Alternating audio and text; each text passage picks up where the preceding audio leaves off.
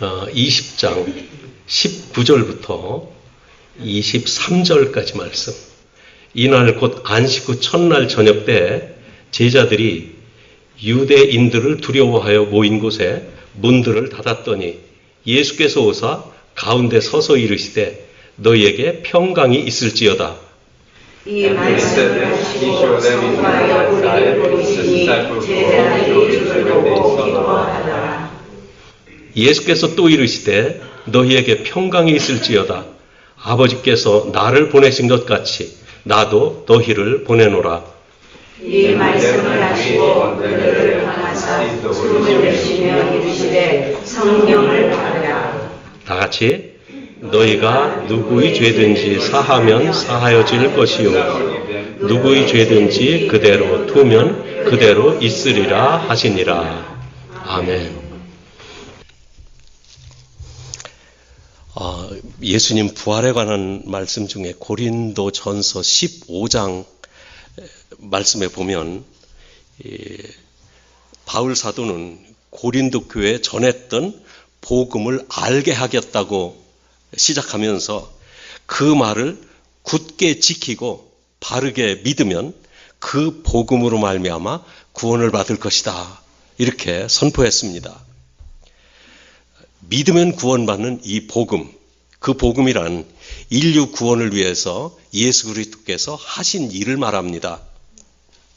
예수님이 하신 일을 바로 이어지는 그 고린도서 15장 3절 4절에서 이렇게 말씀하고 있는데 표시는 안 했습니다만, 성경대로 그리스도께서 우리 죄를 위하여 죽으시고 성경대로 장사 지낸 바 되었다가 성경대로 사흘 만에 다시 살아나셨다.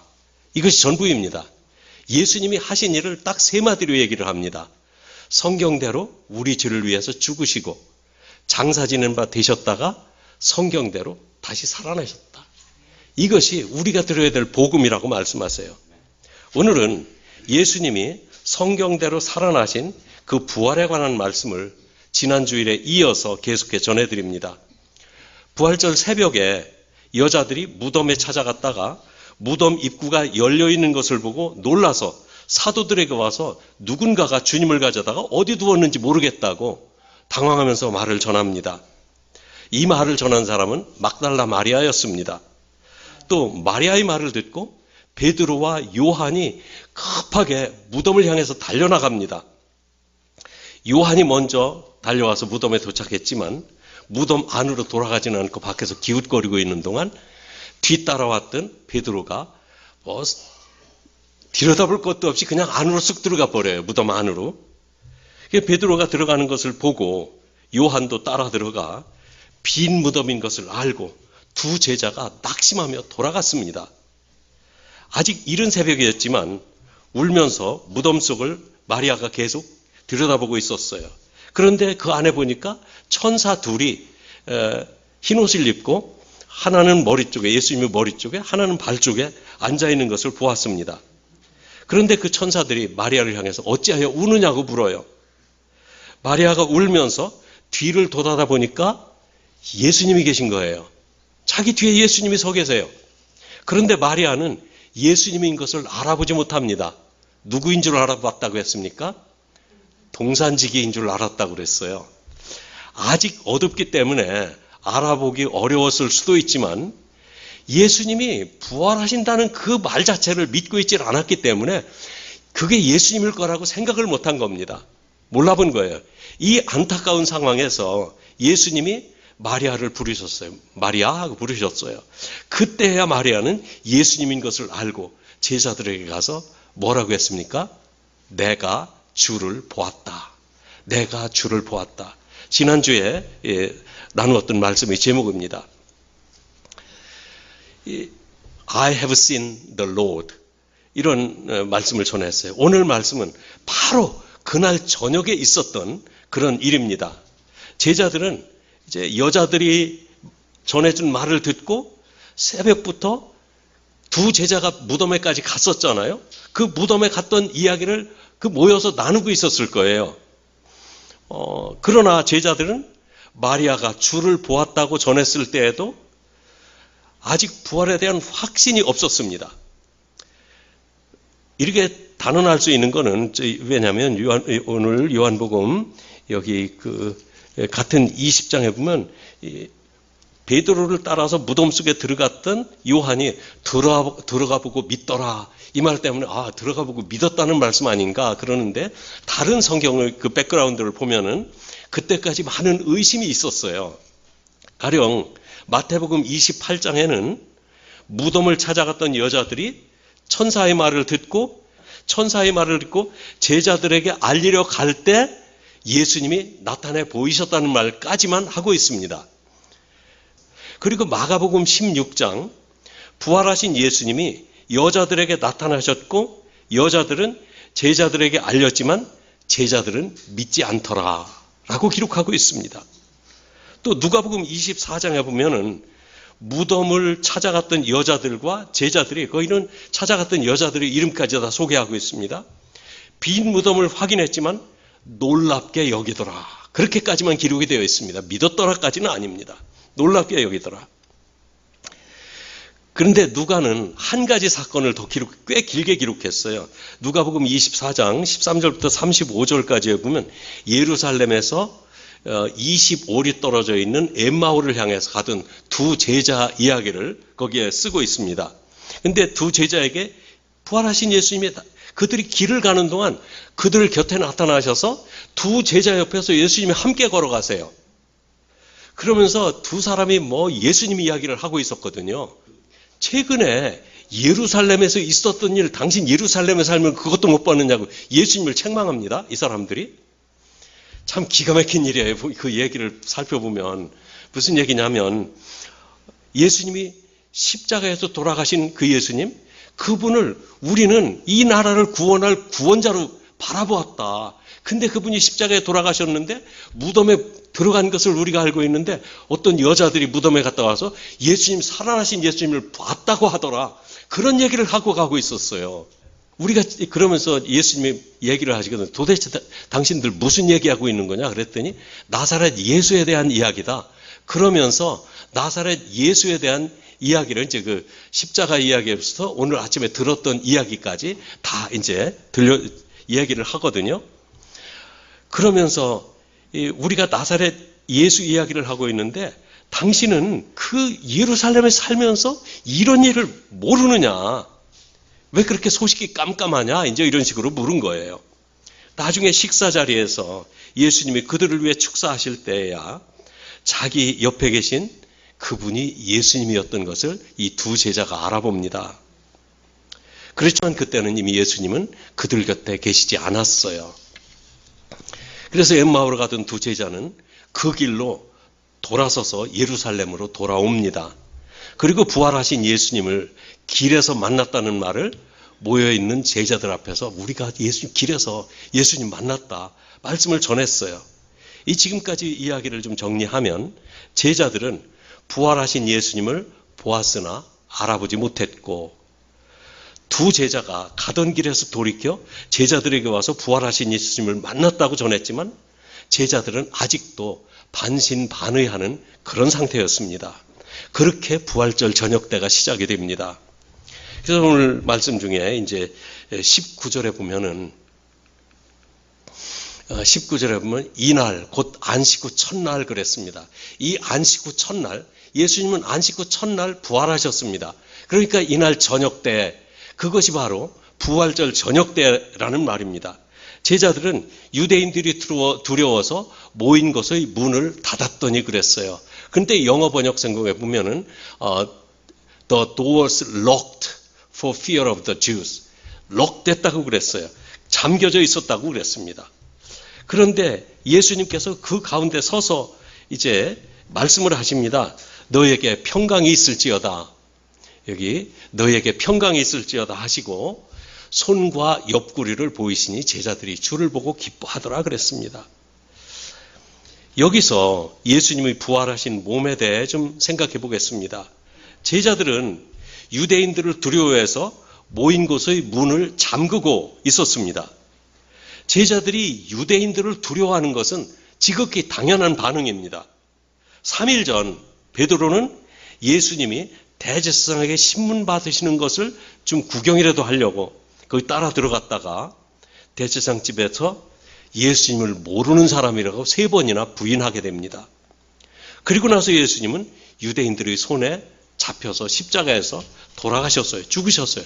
무덤 속에 장사 지냈습니다. 이것이 바로 3일 전에 있었던 이야기입니다. 그날도 저녁 때 제자들이 한 곳에 모여 있었지만 늘 함께 계시던 예수님은 그 자리에 안 계셨습니다. 제자들은 참 마음이 엄청나게 공허했을 거예요. 그리고 두려울 수밖에 없습니다. 두려워하는 제자들을 찾아오신 예수님이 맨 먼저 하신 말씀은 너희에게 평강이 있을지어다. 너희에게 평강이 있을지어다. 제자들에게 평강이 절실하게 필요한 순간이었습니다. 위기에서뿐만 아니라 평상시에도 마음에 평강이 있다면 우리는 아무런 두려움이 없을 거예요. 두려움이 우리들에게서 사라질 것입니다. 만약 평강이 있다면 우리가 욕심낼 필요도 없습니다. 우리에게 진정한 평강이 있다면 성급하게 서두를 일도 없을 것입니다. 우리에게 평강이 있다면 누구에게든지 넓은 포용력을 가지고 품어줄 수 있을 것입니다. 이 평강, 유대인들이 평강이라고 하는 그 평강은 샬롬 평강입니다. 그 유대인들이 샬롬 평강, 왜 유대인들을 예를 드냐면 전 성경을 참 유대인들의 단어나 유대를 점령했던 헬라 사람들의 헬라어나 왜 이 단어, 이 언어들이 그곳에 퍼지게 되었을까? 그 말씀 속에 담겨진, 단어 속에 담겨진 그 메시지까지도 후대 믿을 사람들에게 너무 중요했기 때문에 하나님께서는 그런 환경을 만드시고 그 환경 속에 예수님을 들여보내시고 예수님을 통해서 주시는 그 말씀 속에 단어의 의미까지 주신다고 믿습니다. 사실 샬롬이라는 평강이 신약시대에 와서는 에이레네라고 헬라어로 되어 있거든요. 그런데 에이레네라고 하는 헬라어 단어는 히브리 단어의 샬롬하고 똑같은 의미의 그 평화입니다. 그런데 유대인들이 평강이라고 하는 샬롬 평강은 모든 것을 다 갖추고 있는 상태를 평강이라고 부른다고 그래요. 평강의 개념이 우리랑 달라요. 그저 마음 편안하면 우리는 평강 그러는데 유대인들의 평강은 모든 것이 다 있기 때문에 걱정거리가 없는 상태, 이 상태를 평강이라고 한다고 그래요. 예수님은 나의 평안을 너희에게 준다고 벌써 말씀하신 적이 있습니다. 내가 주는 평안은 세상이 주는 평안과 다르다고 말씀하셨어요. 세상이 줄 수 없는 평강을 제자들에게 주신 예수님은 지금 그 평강을 여러분들에게 주시기를 원하고 계십니다. 우리 주님 안에 또 우리 주님이 우리에게 약속하신 영원한 생명 안에 하나님의 모든 좋은 것이 다 들어있다고 성경은 우리에게 말씀하십니다. 사실 이 영생이라고 하는 그냥 길만 길게 늘여놓은 그 생명이 아니라 하나님의 모든 좋은 것이 다 들어있는 샬롬이 포함되어 있는 그 생명이 영생입니다. 참으로 부활하신 주님이 주시는 참 평강이 여러분 모두에게 충만하게 채워지기를 바랍니다. 부활하신 예수님이 손과 발을 제자들에게 보여주셨을 때 제자들은 그 손과 발의 그 옆구리에 못자국, 창자국을 다 보았습니다. 그리고 그 못자국 때문에 예수님을 알아보았습니다. 제자들이 본 예수님은 어떤 환상을 본 것이 아닙니다. 십자가에서 못 박혔던 상처가 그대로 남아있는 그 몸을 제자들에게 보여주셨던 거예요. 그러나 부활하신 예수님의 몸은 잠겨진 문을 열지 않고도 들어오실 수 있는 특별한 몸으로 이제 변화되셨습니다. 몸은 있습니다. 그러나 시간이나 공간을 초월해서 이동하실 수 있는 새로운 몸입니다. 새로운 몸으로 예수님이 부활하셨어요. 이 고린도전서 15장에서는 우리들도 언젠가 부활하게 될 텐데 부활하게 되면 우리도 이렇게 변화될 것이라고 하는 가운데 그 일부분만 두 절만 같이 보십시다. 고린도전서 15장 52절 53절입니다. 같이 읽겠습니다. 나팔 소리가 나매 죽은 자들이 썩지 아니할 것으로 다시 살아나고 우리도 변화되리라. 이 썩을 것이 반드시 썩지 아니할 것을 입겠고 이 죽을 것이 죽지 아니함을 입으리로다. 아멘.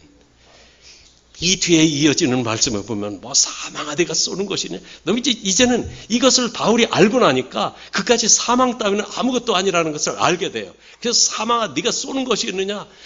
그러면서 이제 그리스도께 영광을 돌린다는 그런 말로 끝을 맺습니다. 보십시오. 죽은 자들이 썩지 아니할 것으로 다시 살겠고, 썩을 것은 뭡니까 그러면?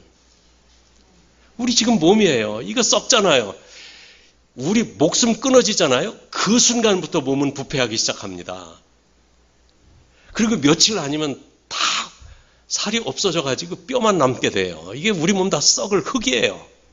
그런데 썩을 것이 썩지 않을 것으로 다시 살아나고 우리도 변화된다.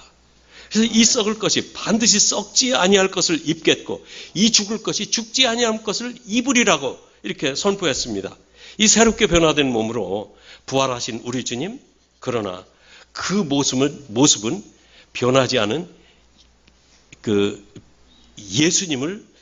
변하지 않은 예수님을 제자들이 알아볼 수 있는 그 몸으로 나타나셨던 거예요. 그래서 부활하신 예수님을 확인함으로 그들의 마음에는 기쁨이 찾아왔습니다. 우리의 생명이신 우리 주 예수님을 만나는 것, 우리에게 가장 큰 기쁨인 줄 믿습니다. 우리에게 기쁨과 평강을 주시는 주님을 만나시기를 바랍니다. 주님은 당신 곁에 찾아오셔서 이 평강과 이 기쁨을 주시려고 정말 손 벌리기를 원하고 계십니다. 또 오늘 본문 중에 21절부터 23절 말씀은 제자들에게 사명을 주시는 말씀입니다. 다시 평강을 약속하십니다. 이르시되 너에게 평강이 있을지어다. 그러면서 아버지께서 나를 보내신 것 같이 나도 너희를 보내노라. 아버지께서 나를 보내신 것 같이 나도 너희를 보내노라. 하나님이 예수님을 세상에 보내신 것은 세상을 구원하시기 위해서 보내셨습니다. 예수님이 우리를 세상에 보내시는 목적은 예수님의 구원을 세상에 알리기 위해서 보내시는 것입니다. 너희를 보내노라 말씀하신 예수님은 제자들을 향해서 숨을 내쉬며 성령을 받으라. 숨을 내쉬면서 성령을 받으라 이렇게 선포하십니다. 예수님이 이렇게 숨을 내쉬면서 성령을 받으라고 하신 것은 예수님으로부터 사명을 받았잖아요. 그런데 예수님께서 주시는 그 사명은 성령 없이 해서는 안 될 일이라는 겁니다. 성령이 일하게 하시는 대로 그대로 해야 주님의 일을 할 수 있다는 것입니다. 어떤 기도원에 제가 언제 갔는지 정확하게는 모르겠어요. 그 학교 다닐 때인지 그냥 고등학교 때인지 언제인지 잘 생각이 안 나는데 기도원에 성령 집회가 있다고 해가지고 교회에서 몇 명이 같이 참석했던 적이 있습니다. 말씀을 다 전하신 후에 목사님이 기도하면서 성령 받으라, 성령 쉬 하면서 성령 받으라 그러시더라고요. 난 성령을 그렇게 받는 건 줄 알았어요. 그거요, 마이크 가까이 대고 하면 꽉 차가지고 이게 대단해 보입니다. 분위기가 그럴듯해요. 그런데 우리가 한다고 성령 받는 거 아니에요.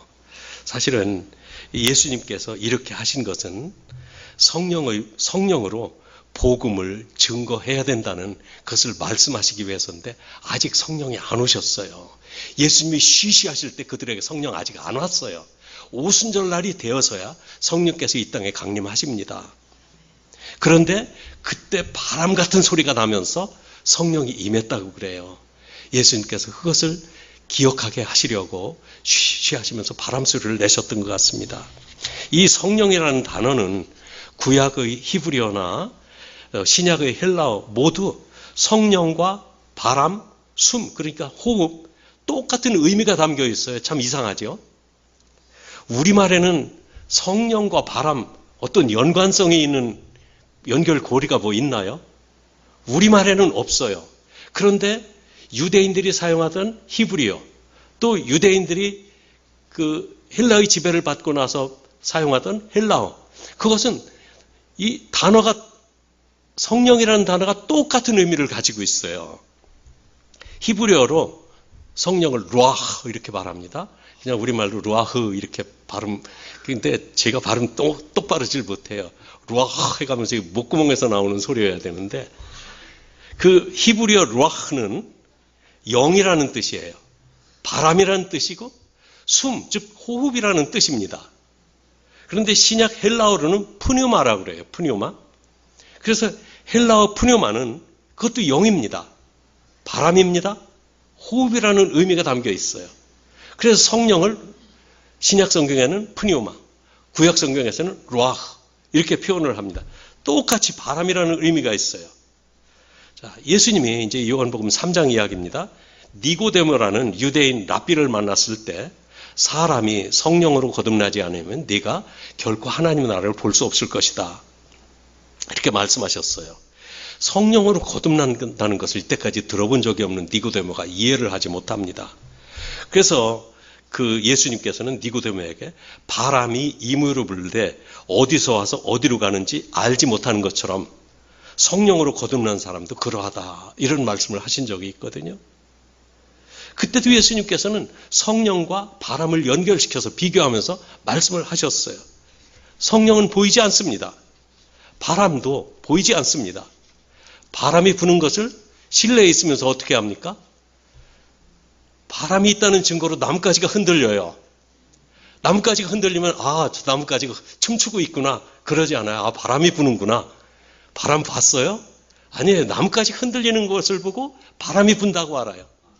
그런데 성령으로 거듭난 사람을 어떻게 합니까?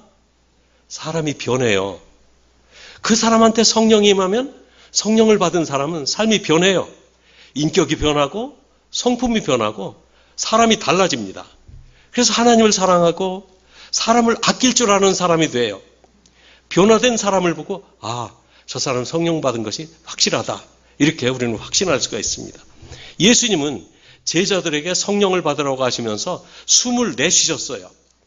마치 창세기 2장에서 하나님이 흙으로 사람을 만드시고 그 코에 생기를 불어넣으심으로 그 흙으로 만든 사람이 생명이 되었다. 사실 생물체가 되었다. 그런 뜻이거든요. 이와 같이 성도들에게 이제 육체로 살고 있는 성도들, 육체로 살고 있는 제자들에게 이제 성령을 부어주심으로 이제는 성령으로 말미암아 이제 하나님의 일을 할 수 있는 제자들로 변화시키시는 것입니다. 주님의 일은 성령으로 해야 됩니다. 사도행전 1장 8절 말씀을 우리가 잘 알고 있는 말씀이에요. 이런 말씀은 꼭 기억해 두시면 좋습니다. 같이 읽으십시다. 오직 성령이 너희에게 임하시면 너희가 권능을 받고 예루살렘과 온 유대와 사마리아와 땅 끝까지 이르러 내 증인이 되리라 하시니라. 아멘. 오직 성령이 너희에게 임하시면 너희가 권능을 받고 나가서 증인이 되어야 된다. 오직 성령이 임해야 그들이 증인이 될 수 있다는 말씀이에요. 이 말을 다른 말로 바꿔 말하면 성령이 임하지 않으면 너희가 증인 될 수 없다. 그런 말과 같은 의미입니다. 예수님은 승천하시기 전에 제자들에게 너 부지런히 나가서 빨리 복음 전파하라 안 하셨어요. 하나님이 약속한 것이 올 때까지 예루살렘에 머물러 있으라. 복음 증거의 시급성을 생각하면 당장 나가서 전해야 됩니다. 그런데 아니다. 지금은 너희가 나갈 때가 아니라 성령을 기다려야 될 때다. 그러면서 오직 성령이 너희에게 임하시면 그때 나가서 예루살렘과 온 유대와 사마리아와 땅 끝까지 이르러 내 증인이 될 것이라고 말씀하시는 거예요. 예수님은 성령이 오시기까지 기다려야 된다고 하셨습니다. 예수님은 제자들이 성령 충만해서 예수님의 증인으로 살 것을 아셨어요. 그리고 성령이 바람과 같이 임하실 것과 후에 제자들이 세상에 보내심을 받아 증인으로 살 것을 이미 다 아셨습니다. 사도행전의 역사를 우리가 다 알 수 있습니다. 그리고 또 오늘 23절 말씀은 우리에게 무거운 책임감을 갖게 하시는 말씀입니다. 성령을 받은 사람들이 사명에 관한 말씀인데 너희가 누구의 죄든지 사하면 사하여질 것이요 누구의 죄든지 그대로 두면 그대로 있으리라 하시니라. 여러분 사람들 죄 용서하실 수 있는 권리가 있습니까?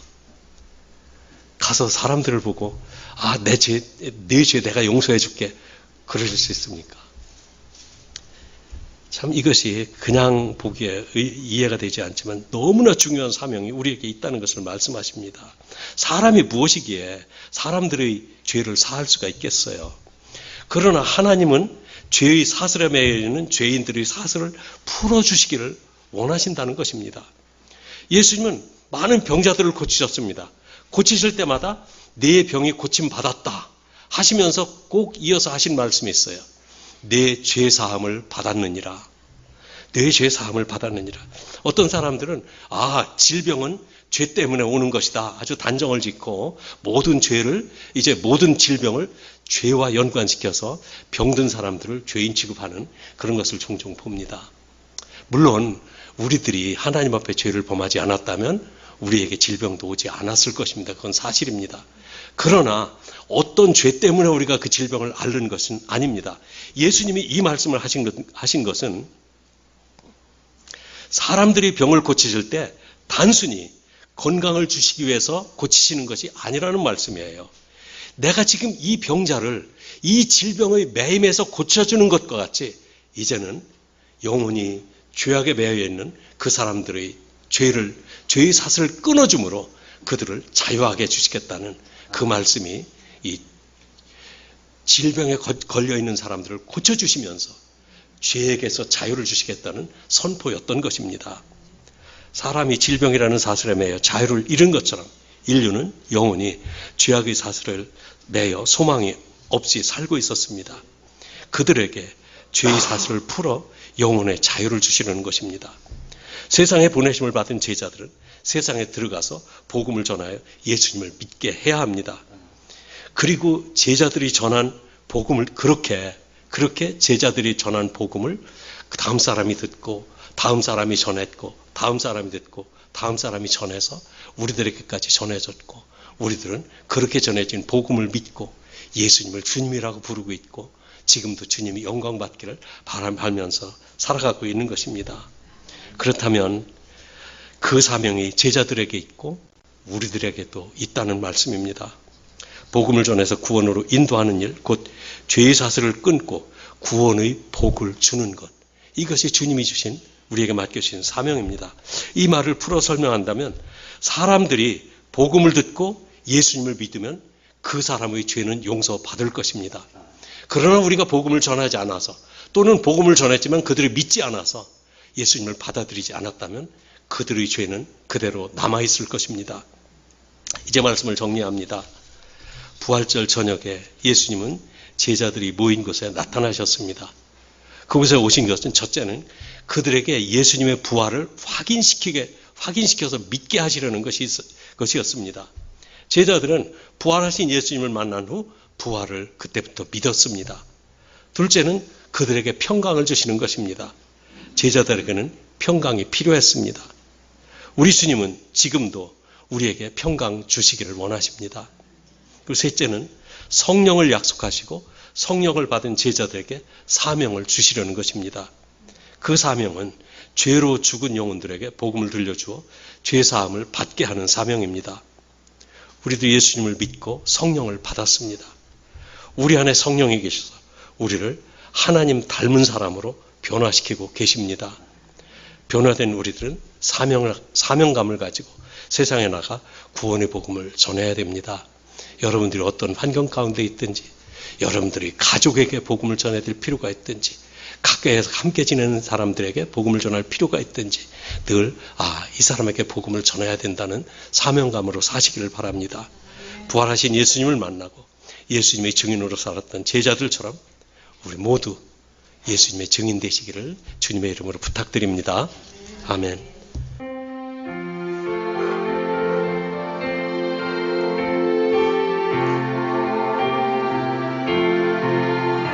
나 속죄함을 받으는 한없는 기쁨을 나 헤아릴 수 없어서 늘 찬송합니다.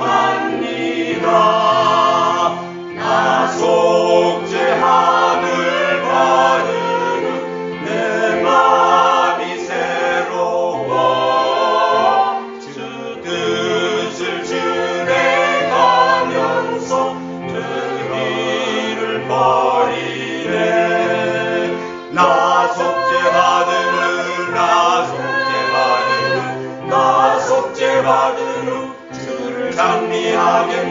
나 속죄받으는 나 속죄받으는 주의 이름 찬미하겠네.